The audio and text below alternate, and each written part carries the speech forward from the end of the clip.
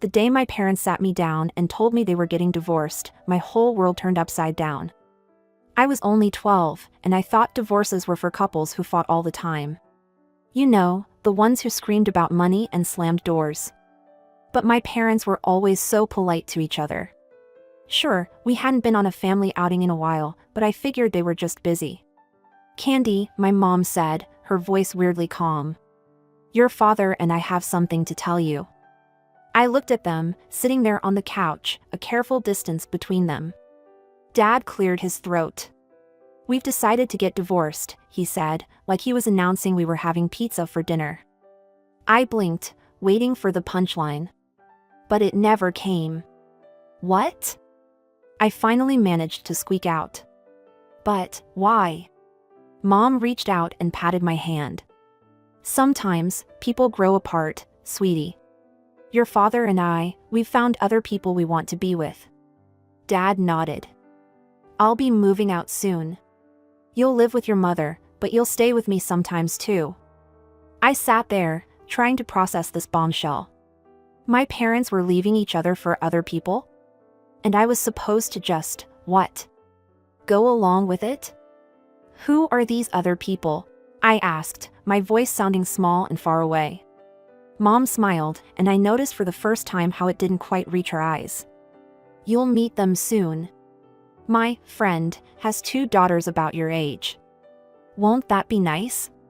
Nice? My parents were blowing up our family, and I was supposed to think it was nice? "And my partner has a son," Dad added, like he was sweetening the deal. I stood up abruptly, nearly knocking over the coffee table. "I don't want new sisters or brothers. I want us to stay together." I ran to my room and slammed the door, throwing myself on the bed. I could hear them talking in low voices downstairs, probably figuring out how to rearrange my life some more. I thought about the last few months, how Mom and Dad had taken me out separately. I'd go to the movies with Dad one weekend, then to a cafe with Mom the next. I thought it was cool, getting one-on-one time with each of them. Now I realized it was just the beginning of the end. The next few weeks were a whirlwind. Dad packed his bags and moved out, heading off to live with his new wife.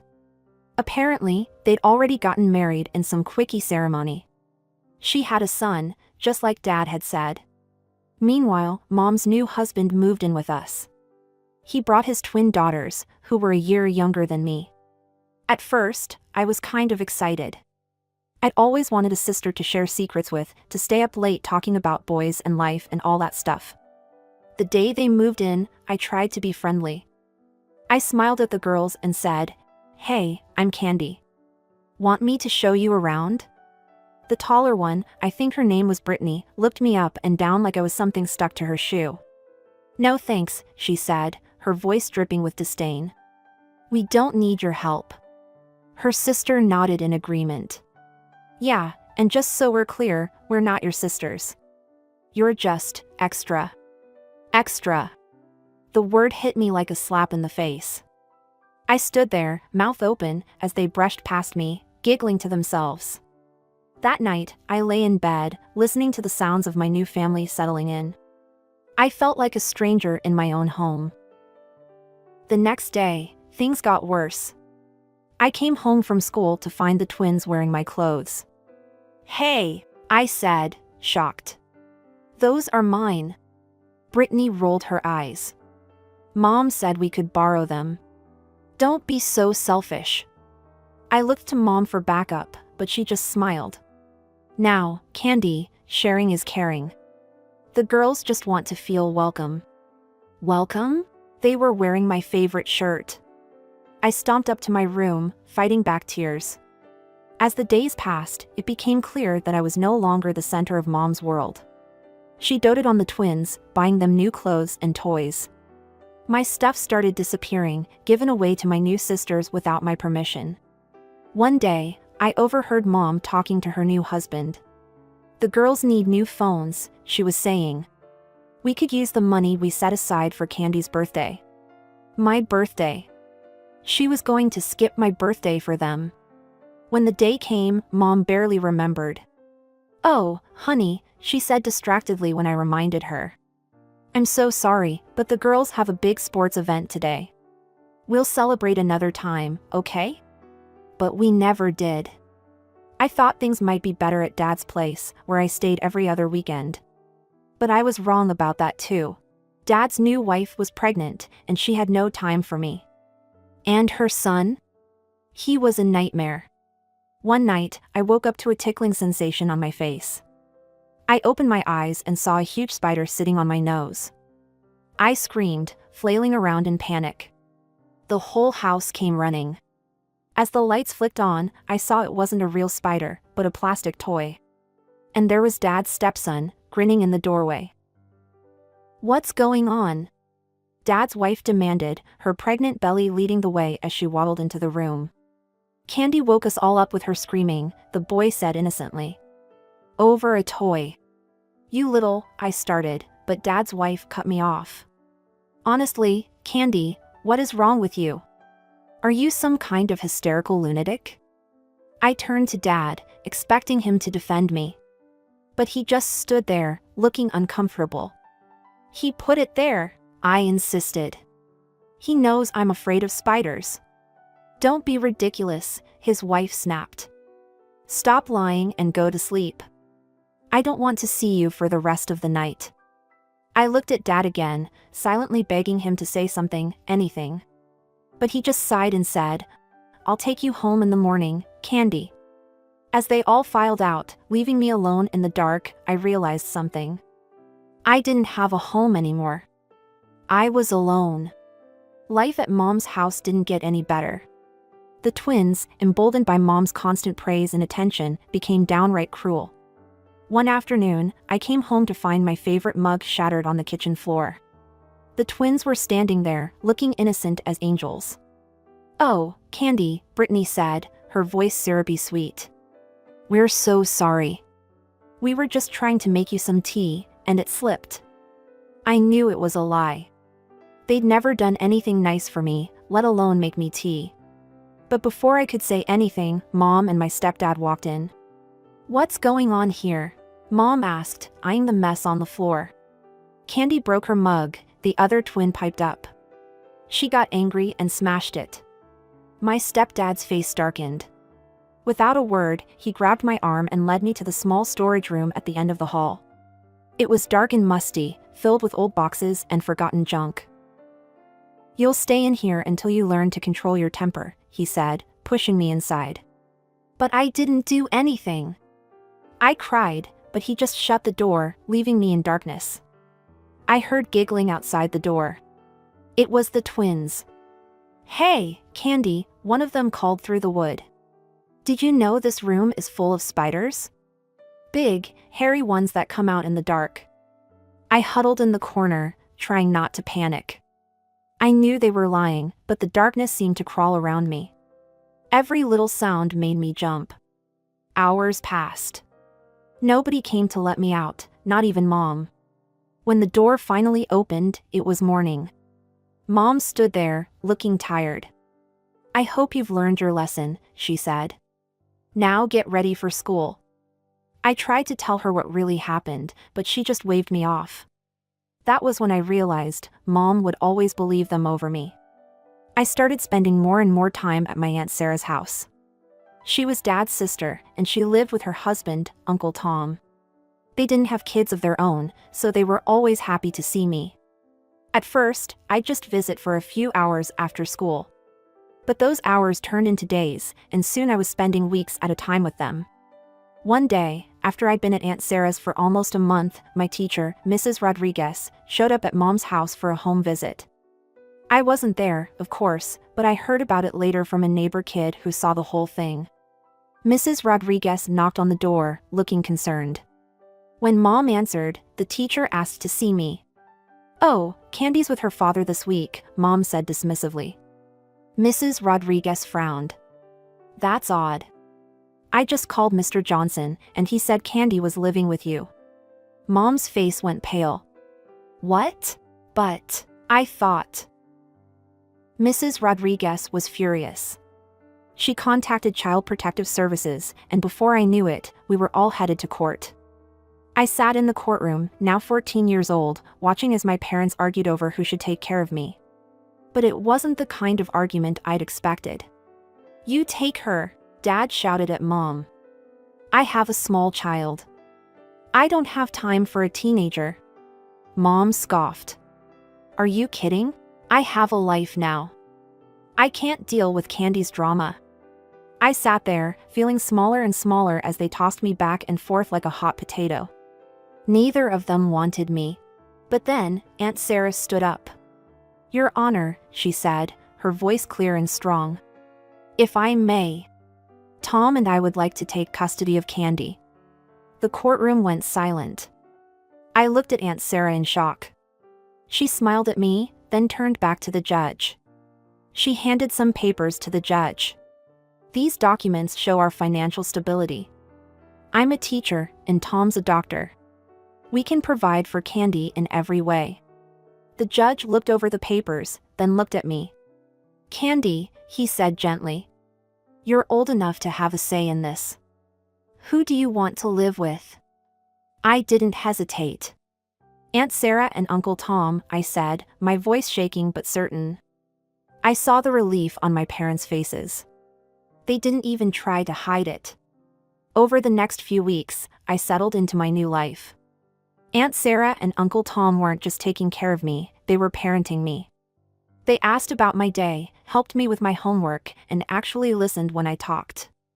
One evening, as we sat around the dinner table, Uncle Tom asked, "So, Candy, what should we call each other now? We're officially your guardians." I thought for a moment. These people had shown me more love in a few weeks than my own parents had in years. Could I call you Mom and Dad?" I asked hesitantly. Aunt Sarah's eyes filled with tears. "Oh, sweetie, we'd be honored." From that day on, they were Mom and Dad to me. My birth parents became distant memories, people I thought about less and less as time went on. My new life wasn't just about Aunt Sarah and Uncle Tom, though. I also got to know Uncle Tom's mother, my new grandmother. She lived nearby and quickly became one of my favorite people in the world. Grandma was a retired doctor, and she had this way of making everything interesting. We'd spend hours in her garden, planting vegetables and flowers while she told me stories about her days in the hospital. And I realized I also want to become a doctor. With Grandma's help and the unwavering support of my new parents, I threw myself into my studies. Before I knew it, it was time for high school graduation. As I stood in my cap and gown, scanning the audience, I saw the faces of the people who truly mattered, Mom, Dad, and Grandma, all beaming with pride. My birth parents weren't there. They hadn't even sent a card. I applied to medical college and, to my delight, got accepted on a full scholarship. Life was good. I had a loving family, a clear goal, and a bright future ahead of me. 3 years flew by in a whirlwind of lectures, late-night study sessions, and clinical rotations. Every time I put on my white coat, I felt a surge of pride, knowing I was living the dream Grandma had helped nurture. That's why, when Mom, Aunt Sarah, called me that rainy Tuesday afternoon, I knew something was terribly wrong before she even spoke. "Candy, honey," she said, her voice cracking. "It's Grandma. She's gone." The world stopped spinning. Grandma? Gone? It couldn't be. We had plans to review my latest paper this weekend. She was supposed to be at my graduation in a year. The next few days passed in a blur of tears and hushed conversations. As we gathered for the funeral, I stood between Mom and Dad, Aunt Sarah and Uncle Tom, feeling like a little girl again, lost and scared. But then came the reading of the will. To my beloved granddaughter, Candy, the lawyer read, "I leave my entire estate, including my house and all my savings, amounting of $1,980,000. I gasped, looking around the room in shock. This had to be a mistake. But Mom and Dad were nodding, small smiles on their tear-stained faces. "Grandma talked to us about this," Dad explained later. "She wanted to make sure you had a solid foundation for your future. We agreed it was the right thing to do." As the dust settled and I tried to come to terms with my newfound wealth, life threw me another curveball. My phone started ringing with unfamiliar numbers. When I finally answered one, I nearly dropped the phone in shock. "Candy? Hi, it's your mother. I hadn't heard her voice in years. Before I could respond, she rushed on. I've been thinking about you so much lately. How are you? Where are you studying? We should catch up. Over the next few days, similar calls came in from my birth father. Suddenly, they were both intensely interested in my life, asking to meet, talking about how much they missed me. Confused and a little suspicious, I mentioned it to Mom and Dad over dinner one night. To my surprise, they burst out laughing. "Oh, Candy," Mom said, wiping tears of mirth from her eyes. "I hate to say it, but I think they might have caught wind of your inheritance." Part of me wanted to ignore them, to pretend I'd never got those calls. But another part, a part one thought I'd long since buried, was curious. What would it be like to see them again? To show them the woman I'd become without their help? Maybe I should meet them, I said slowly. Just to see what they want. Mom and Dad exchanged a look.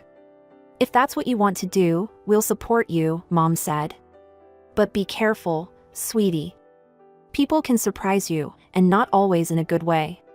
The next day, I found myself standing on the familiar porch of my childhood home. I took a deep breath and rang the doorbell. The door swung open, and there she was, my birth mother. For a moment, we just stared at each other. "Candy," she breathed, her eyes welling up with tears. "Oh, my baby girl." She pulled me into a hug that felt stiff and awkward. Over her shoulder, I could see my stepfather and the twins hovering in the background, plastered on smiles on their faces. Come in," my mother urged, ushering me inside. Dinner was a strange affair. The twins were sickeningly sweet, a far cry from the cruel girls I remembered. "We're so glad you're here, Candy," one of them simpered, Brittany, I think. "We've missed you so much." I caught the flash of irritation in her eyes that belied her words, but I just smiled and nodded. As we ate, the conversation took a turn. My mother glanced around the dining room, sighing dramatically. "This old house," she said, shaking her head. "It's seen better days, hasn't it? The roof needs replacing, and don't even get me started on the plumbing." I took a sip of water, saying nothing. My stepfather chimed in. "And of course, with the girls heading to college soon, well, you know how expensive that can be." I pretended to be very interested in my mashed potatoes. "It's such a shame," my mother continued, her voice dripping with fake concern.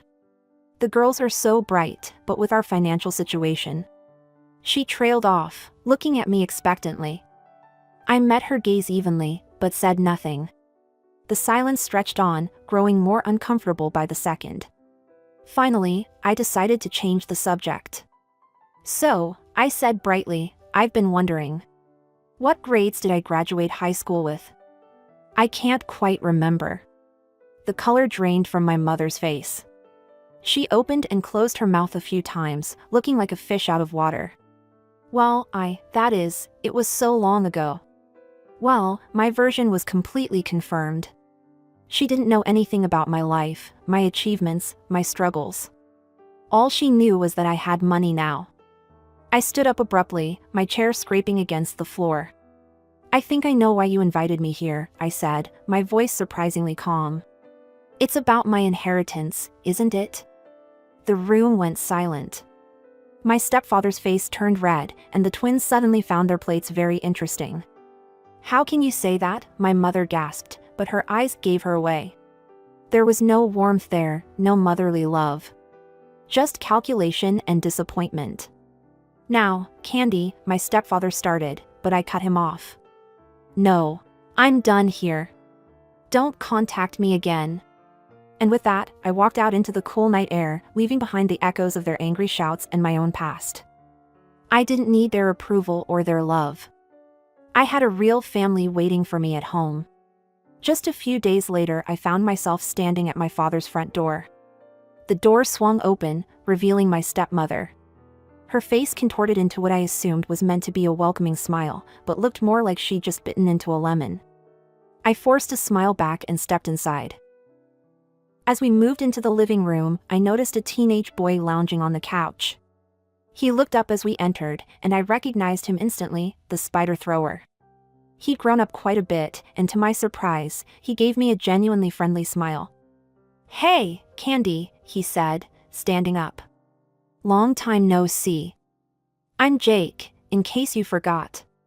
Before I could respond, a whirlwind of pigtails and glitter burst into the room. A little girl, no more than 8, skidded to a stop in front of me, her eyes wide. "Who are you?" she demanded. My father, looking older and more tired, cleared his throat. "Lily, this is your sister, Candy." We settled into an awkward conversation, my stepmother peppering me with questions about my life that I answered as vaguely as possible. Jake, surprisingly, seemed genuinely interested, asking about my medical studies with what appeared to be real curiosity. As the evening wore on, I could feel the conversation steering towards the real reason for this reunion. My father kept glancing at my stepmother, who would nod slightly, urging him on. Finally, he cleared his throat. "So, Candy," he began, his voice overly casual. "We heard about your windfall." I tensed, waiting for what was coming next. "You know, Lily here is quite the little genius," he continued.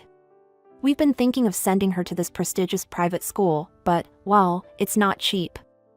I said nothing, my face carefully blank. My stepmother jumped in. "What your father is trying to say, Candy, is that we could use some help. For Lily's future, you understand." I took a deep breath, feeling my patience wearing thin. "Why now?" I asked, looking directly at my father. "Why are you only remembering me now that I have money?" The room went deadly silent. Even Lily, who had been playing with her dolls, seemed to sense the tension. My father started to stammer out an excuse, but my stepmother's face suddenly twisted with anger. "Now you listen here," she hissed, all pretense of kindness gone. "You're obligated to help your family.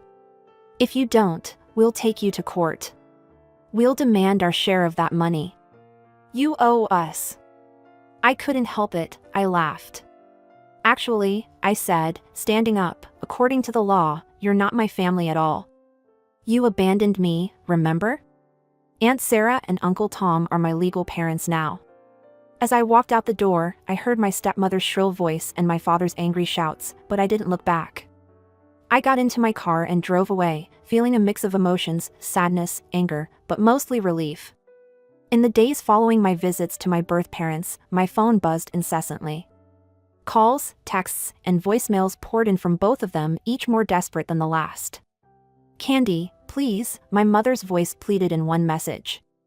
"We're about to lose the house. We'll be on the streets. Don't you care?" My father's approaches ranged from guilt-tripping to outright demands. "After everything we've done for you," one text read, "this is how you repay us?" I let them all go unanswered. I focused instead on my studies, throwing myself into my final year of college with renewed determination. One evening, as I was poring over a particularly complex cardiology textbook, my phone lit up with an unfamiliar number. Hesitantly, I answered. "Hello? Candy? It's Jake. You know, your, stepbrother, I guess?" "Look, I know this is weird, but I wanted to apologize. For the spider thing, years ago. It was a really crappy thing to do." I found myself smiling despite everything. "Jake, that was ages ago. Water under the bridge." "No, really," he insisted. "I've felt bad about it for years. I wanted to say sorry sooner, but you never came back after that. And I swear, this isn't about the money or anything. I guess I wanted you to know I'm not that stupid kid anymore." His sincerity was touching. "I appreciate that, Jake, really." We ended up talking for over an hour. Jake was in his first year of college, studying engineering. He was funny and self-deprecating, nothing like the bratty kid I remembered. By the end of the call, we'd agreed to meet up for coffee the next week. As the months passed, Jake and I developed a genuine friendship. It was strange, finding a connection with someone from my past life, but it felt good. We met regularly for coffee or study sessions, and he became a supportive presence in my life. Meanwhile, my life was moving forward at a dizzying pace. The long nights and grueling exams were worth it when I finally stood on stage, accepting my college diploma. As I looked out into the audience, I saw Mom, Dad, and Jake cheering wildly. My heart swelled with joy and gratitude. As for my birth parents, their messages eventually tapered off. I heard through Jake that they were struggling financially, but I kept my distance. It wasn't out of spite or anger anymore, just a recognition that we were on different paths. One day, as Jake and I were grabbing coffee, he mentioned his little sister, my half-sister, Lily. "She's really smart," he said. "Always reading, asking questions about everything. But my dad and stepmom, they're not exactly encouraging it." I thought about the bright-eyed little girl I'd met briefly. "Maybe," I said slowly, "I could help with her education. Set up a college fund or something. Not for them, but for her." As I drove home that evening, I reflected on the journey that had brought me here. The pain, the abandonment, the unexpected inheritance, it had all led me to this moment. I was Dr. Candy Johnson now, with a bright future in medicine ahead of me. I had a family who loved me, a true friend in Jake, and the means to make a difference in a young girl's life.